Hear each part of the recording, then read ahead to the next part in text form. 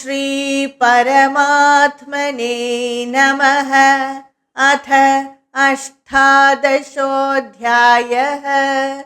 This is the 18th chapter in Bhagavad Gita, and Bhagavan Sri Krishna is explaining about moksha through renunciation, and he is very clearly telling about the difference between tyaga and renunciation, that is sannyasa. And in the last few shlokas, Bhagavan Sri Krishna said about the three types of karma, that is action, and the three types of karta, doer, the three types of buddhi, intellect, and the three types of dhriti, firmness. All these are based on the gunas, and he explains some more concepts based on the three gunas. Let us see from Shloka 36, chapter 18 of Bhagavad Gita.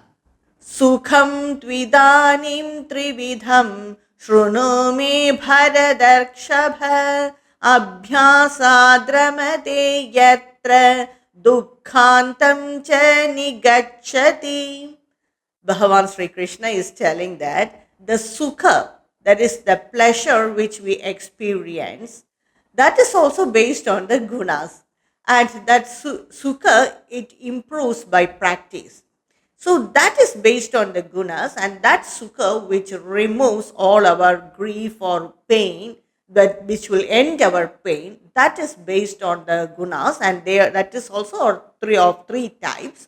So let me explain to you, Arjuna. Bhagavan Sri Krishna is telling. Yattadagre vishamiva pariname mrutopamam tat sukham satvikam proktam atma buddhi prasadajam. That sukham, which is not easy to practice in the beginning, which is not comfortable in the beginning, but by practice it will be very good. It will be just like nectar, but in the beginning it is not so easy. Bhagavan Sri Krishna goes to the extent of telling that it will be just like visham in the beginning. It will be just like poison in the beginning. So bitter it will be in the beginning, but by practice it will be just like amrita, like nectar. So all that sukham, pleasure, is said as the satvika sukham. And also the sukham derived from the atma jnana, or self-realization, that sukham is also said as the satvika sukham. So that pleasure, which is not good in the beginning, or which is bitter in the beginning, but when time moves on, by change, it will be like nectar.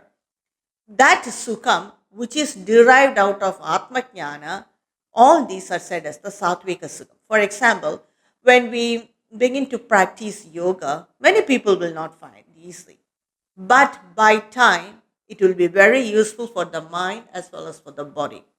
So just like that study of Vedanta studies, it will be so dry in the beginning, especially people who are so much involved in the materialistic way of life. To study Upanishad, to understand Upanishad, or to understand Gita, it is not so easy.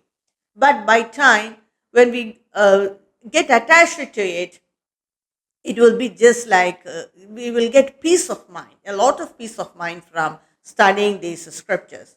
So, what are all are good will not be so easy and comfortable in the beginning, but by time it will prove that it is just like nectar.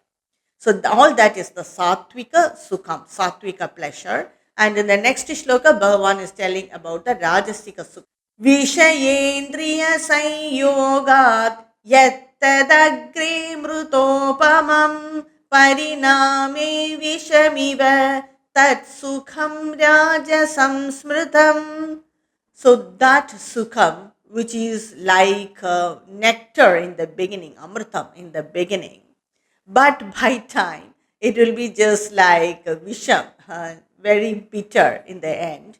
So all that type of sukham and that pleasure which is derived out of attachment or contact with the sense organs and the sense objects, indriya sukham. Sukham derived from the sense organs or from the sense objects. All that sukham are said as the rajasika sukham. For example, nowadays, children, especially children, and not only children, even the adults, they are so much involved in the computer games, watching too much of TV. So that is good for a limited period of time. But after some time, when we are so involved in it, when we are obsessed with it, what happens is it spoils our mind as well as our eye power of our eyesight. So it is not a sukham in the end. In the beginning, it will be very interesting. So all that type of pleasure, or the pleasure too much of watching TV or watching even YouTube, it definitely affects our eyesight.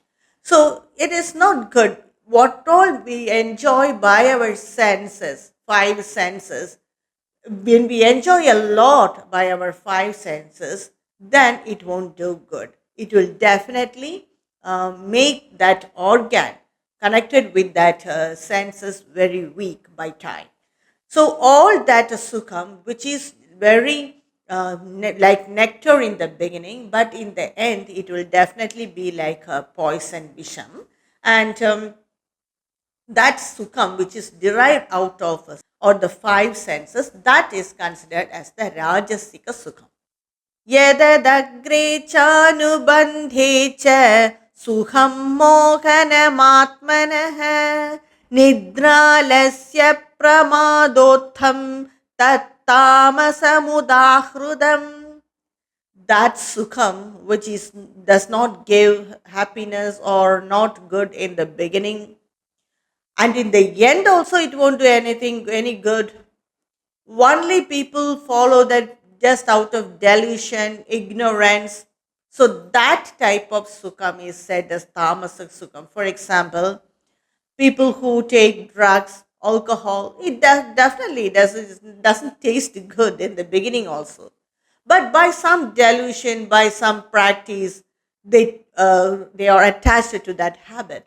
It won't do good in the long run. It will definitely corrode our mind and or the internal organs of our body also. The physicians may know better about it. And it make our mind so dull. So all that doesn't give happiness in the beginning and in the end. And also the sukham that is derived out of nidra. Some people find pleasure in sleeping. They always want to sleep because they say that we can forget everything when we sleep. So the pleasure they derive from nidra, that is sleep, alasya, laziness. We have seen many people, they get up in the morning very late, 9 o'clock, 10 o'clock. Even after getting up from the bed, they sit there on the bed itself for half an hour, just waste of time. So they will feel so, they find pleasure in being so lazy, that type. And the people, many people, they don't take responsibility to do some work. They cannot take that responsibility. They don't find happiness in taking responsibility, but they want credit. So all that type of sukham derived from all this, it is said as the tamasika sukham. न तदस्ति पृथिव्यां वा दिवि देवेषु वा पुनः सत्वं प्रकृतिजैर्मुक्तं यदेभिः स्याद्रिभिर्गुणैः. Bhagavan is telling that these three gunas constitute the prakriti. The sattva, rajas, and tamas, they make the prakriti. And all these objects or all these manifestations or the evolutes of prakriti, all these came from prakriti. So, what all we see in this universe, it may be on this earth or on a distant planet, on the distant galaxy, whatever it may be, wherever it is, or this creation has these three gunas. There is no place in this creation where these three gunas are not there, but they are found in different combination, permutation and combination. So everywhere in this universe, these three gunas are present because these three gunas constitute the prakriti. So what all came from prakriti will have these three gunas. It may be on earth. On earth, the human beings, they have these three gunas. The animals, some animals are sattvic, just like Gomata, cow and all sattvic animals. But dangerous animals are there.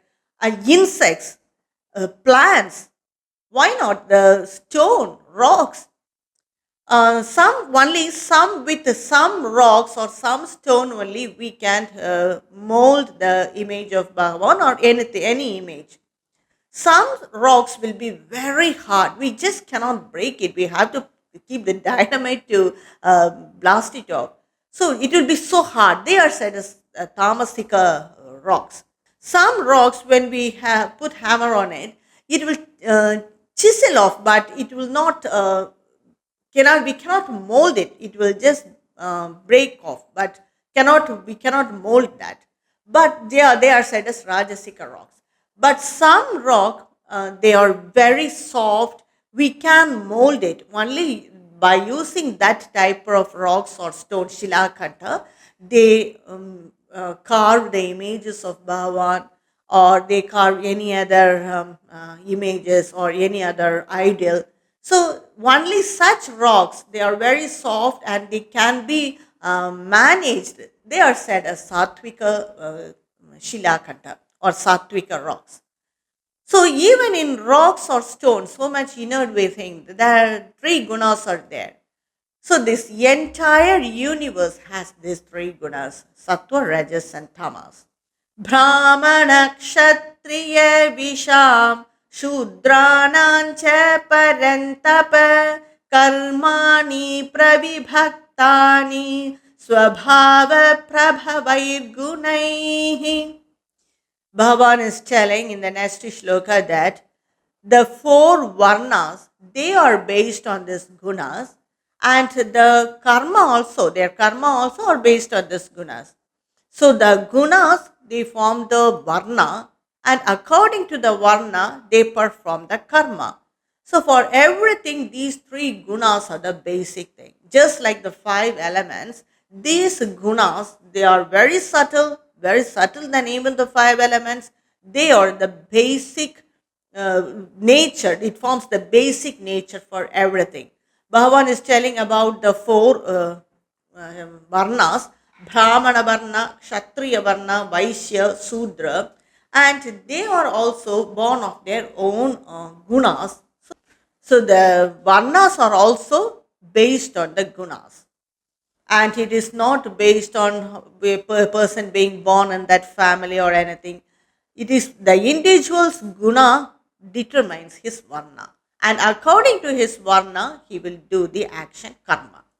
In the next sloka, Bhagavan is telling about the three gunas: Shamo dhamastabah shaucham shantirarjavameva cha jnanam vijnanamastikyam brahma karma swabhavajam. So these are all the nature of a Brahmana Varna, a person born in the Brahmana Varna. That is Shama, calmness of mind, serenity. He cannot be easily agitated, very calm minded person. Dhamma, control of the senses. He cannot be easily intimidated by any sense objects. Control of the senses. Tapa, austerity, doing pujas, chanting mantra, doing yajnas, worshipping Bhagavan. So he is so much involved in it. Tapaha. Shaucham, purity of internal purity as well as the external purity. Internal purity in the sense he is bereft of jealousiness, greediness, selfishness. So all these are the nature of a Brahmana Varna. And external purity, he will always keep clean his physical body, the gross body. So he always take care of the physical body in the right sense. Shanti, a very forgiving nature. He cannot be easily agitated. He will never get agitated over anything. Arjavam, straightforwardness in thinking, what he speak and what he do. Straightforwardness in thought, words and deeds. Straightforwardness. And jnanam, knowledge of the Atma, Atma Jnana, and Vijnanam, not only Jnana, he has Vijnana, practical knowledge about it also. That means he has realized the self or just on the verge of realizing the self. Astikyam, belief in God, very important. Nowadays, When we speak of God or when we tell about the scriptures, what they ask is, have you seen God? So first in the beginning we have to believe in something and we have to proceed. Only then we can understand it, because uh, realizing Bhagavan cannot be done by the mind or the fine senses. Bhagavan has to be realized. The self realization is far more than that. We cannot understand that in the terms of science or in the terms of philosophy, even philosophy. Philosophy is completely concepts. We have to get hold of it and realize ourselves. It's an anubhuti experience. So he will have a belief in God. So all this nature all the nature is born of the person of Brahmana Varna. So all this nature will be there in a person who belongs to the Brahmana Varna. And it is not decided based on only the community or just being born in a family. He cannot be said as a Brahmana Varna alone. If any person have this nature, then he belongs to the Brahmana Varna. The next shloka. शौर्यं तेजो धृदि दाक्ष्यं युद्धे चाप्यपलायनं दानमीश्वरभावश्च क्षात्रं कर्म स्वभावजम्. Now Bhagavan is telling about the Kshatriya Varna. The person who belongs to the Kshatriya Varna, he will have Shauryam, that is prowess, that is strength, that mentality to win, to fight, that power he will have. Tejas, very good personality. That Tejas means that brightness, very clarity of thoughts. That clarity of thought gives us brightness in our face. So that Tejas he will have. Dhruti, firmness, determination. Dakshyam, firmness, and he is very skillful. Skillful in what? Yuddhe, in fighting, battle. So he has that skill to fight and to win over the enemies. One needs mental strength, physical strength, and the skill also. Only then we can win over the enemies, because they are fighting with the others to protect their people. So that all that he will have, and he will never yuddhe apalayanam. They will never run away from battle. They will fight till the end. Even if they do not or not involved in battle, whatever problem comes, they will stand till the end. That nature they will have. Danam, very generous. They will help people. Yeah, Ishvara Bhava. Ishvara Bhava means that lordliness. Lordliness means that commanding power to bring everyone together and get the things done. So Ishwaratva means everything that is all good, divine nature they will have. So a person who has all this, he belongs to the Kshatriya Varna, or a true Kshatriya will have this nature. The next shloka, shloka 44. Krishi Gaurakshya Vanijyam Vaishya Karma Swabhavajam Paricharyatmakam Karma Shudrasyabi Swabhavajam. Bhagavan is telling about the nature of the Vaishya and the Shudra in this shloka. The nature of the Vaishya is Krishi, agriculture, Vanijyam, trade, and Gauraksha. Gauraksha means the cattle rearing. So all these are the nature or the gunas of a Vaishya. And they will look after the business or the economy of a nation, of that kingdom. So all these are born that will come naturally to a Vaishya. And Paricharyatmakam means doing service to others, helping others to proceed in life. All these are the nature born of Shudras. Shudras, they will have the nature to work hard and help people in that way. So they will do any rough and tough work. So that nature it will come automatically for a Shudra. Actually, according to these four gunas, the Sattva guna will be dominating in a Brahmana, followed by Rajas, and there will be trace of Tamas. In the Kshatriya, Rajas will be dominating, followed by Sattva and a trace of Tamas. In the Vaisya, Rajas will be dominating, but followed by Tamas and little Sattva. And in Shudra, Tamas will be dominating, followed by Rajas and Sattva. So the people who are of Rajasic dominant, they will have more physical power to do things. But a Brahmana, they will have less physical power, more they will have the mind power or the knowledge, like knowledge or mind power. So the people who have physical power, they are able to do more physical work. But according to Bhagavan Krishna, all these four varnas are absolutely needed in the society for the upliftment of the society.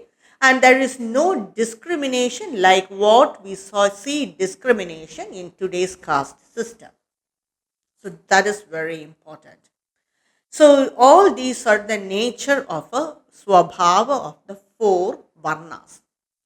स्वे स्वे कर्मण्यभिरतः संसिद्धिर्लभते नरः स्वकर्मनिरतं सिद्धिं यथा विन्दति तच्छृणु. So each man belonging to the Varna, he must be devoted to his swe karmana, his own karma. A person will do the karma according to his swabhava, according to his nature. A Vaisya, for him, automatically this trade, business, everything will come to him automatically, so he will be more interested in it. For a Brahmana, only Veda Adhyayanam will come naturally to him, or any worship or like that, so that he has to proceed with it. Whatever job whatever karma any person do, if they do it, they have to do it with devotion. Then that will lead to perfection. So Bhagavan in this shloka is telling that devotion leads to perfection. That is, devotion towards their work or duty automatically will lead to perfection. And that itself, by karma, we can purify our mind. Just like how jnana is important for self-realization, karma with devotion or determination, dedication is important for the purification of the mind. A person attains a perfection, or that is perfection of the mind, just being engaged in his own duty, swaswa karma. Yatah प्रवृत्तिर्भूतानां येत सर्वमिदन्ततं स्वकर्मणा तमभ्यर्च्य सिद्धिं विन्दति मानवः. Bhagavan is telling that when a person performs his own karma with dedication, determination, it may not be easy for anyone to proceed with their work for a long time. Definitely there will be many obstacles. So if a person perform his duty with dedication and determination, then that itself is the worship to the Lord from whom we all have emerged and who is all pervading. The Lord from which we all have emerged out, evolved, and who is all pervading, the worship to that Lord is doing our duty which comes to us naturally with determination and dedication. That's the meaning of this shloka. In essence, the meaning of this shloka is work is worship. Any person involved in his own duty, he attains perfection. And it is just like a worship to that Bhagavan from whom we all have evolved and who pervades everything. Shreyan swadharmo vigunaha परधर्मात् स्वनुष्ठितात् स्वभावनियतं कर्म कुर्वन्नाप्नोति किल्बिषः. Bhagavan is telling that one has to do that work or karma that comes to him naturally according to his guna. Even if there are any mistakes or imperfection in the karma we do according to our guna, it is not considered as a sin. It is better to follow the karma action which comes to us naturally than to go against our nature and do some other work with perfection.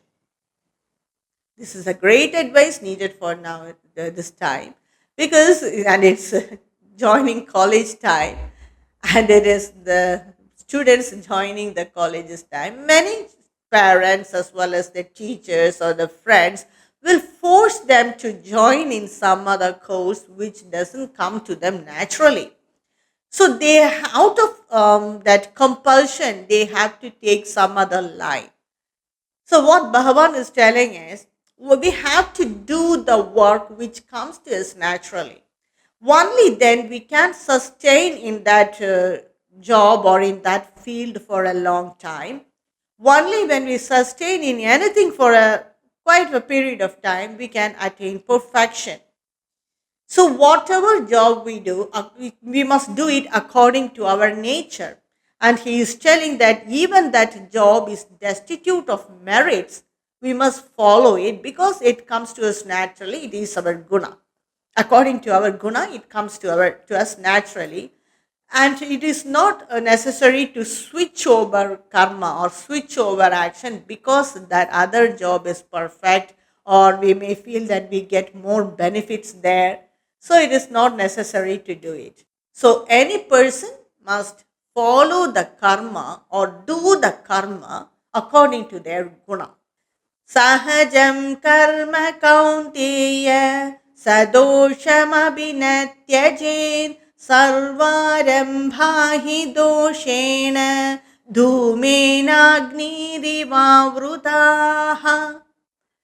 Bhagavan is telling that even if that any karma is not that we can say as lucrative job, or even if there are some fault in that duty which we do, we should not leave it because of that. We should not leave it because it is very difficult, because there we see that there are some defects in this job. There is no need to leave it, because any job or any karma will have its own evil. It is just like the smoke surrounding the fire. When we do it by long, then automatically this evil nature will go and we can excel in that duty. So now a person can, a doubt may arise in some people's mind that if a person is tamasic nature, if it is sattvic, rajasic, okay. If it is of tamasic nature and if he performs any low level job according to his own interest or varna, what will he do? So the point here to note here is, a person belonging to any varna, maybe the Brahmana Varna or the Kshatriya Varna or the Tamo Guna Varna, that is the Shudra Varna, he must do the job with Dharma. He must not select the job which is adharmic. And a Shudra who is more interested in physical oriented work, he should also do or select the karma according to dharma. When we do that job for a long period of time, then automatically our nature changes to the higher level, which is the higher level, that is the Vaishya Varna or Rajasic nature. In that Varna or with that nature, if we perform the dharmic action with complete dedication, then automatically our nature changes to Sattvika nature or the Brahmana Varna. For example, we have seen in this, even in this modern world, Many people who were like servants in a shop working for that job, helping the master working in that shop, with perfection, dedication, they will do. After some time, they will be able to satisfy their master, and there are many places where the masters make them an accountant or a manager. They give them manager post or an accountant post like that because they have seen their sincerity, their hard work with dedication. There are so many examples can be given in this, even in this modern world. So, any type of job, when done with perfection, automatically it will improve and it will upgrade to the higher varna or the higher guna. So, that's the point what Bhagavan Krishna challenged this shloka. The next shloka, Ashakta buddhi sarvatra jitatma vikadaspruha नैष्कर्म्य सिद्धिं paramam sanyasenadhigacchati. Now Bhagavan is telling at what time we can take sannyasa. Bhagavan is telling that a person whose buddhi is unattached towards any failure or any success, or not particular about any doing any karma, hatred or attachment towards any karma, when his buddhi is completely unattached, jidatma was won over the senses, vigada spruha, one who has no desires, Naishkarmya Siddhim, who is not attached towards any result or free from action. When a person has this mentality or this unattached buddhi or mind, then no action can influence him. So at that time, he can renounce the action, that is, can take sannyasa. So till that mind comes to any person, anyone has to do the karma which comes to them by nature according to their guna. They have to select the karma action. Regardless of the result, they have to do that karma with determination, dedication. So by time, naturally a period will come, a time will come that action or anything will not influence him anymore. They have gone beyond the gunas. At that time, they can renounce the action. So till then, all have to perform the karma according to our nature or our guna. So I take a break now and continue with the rest of the shlokas of this chapter in my next upload. Yatra yogeshwarah krishnah yatra partho dhanurdharah tatra shri vijayor bhuti dhruvani tirmatirmama. Om Shri Krishna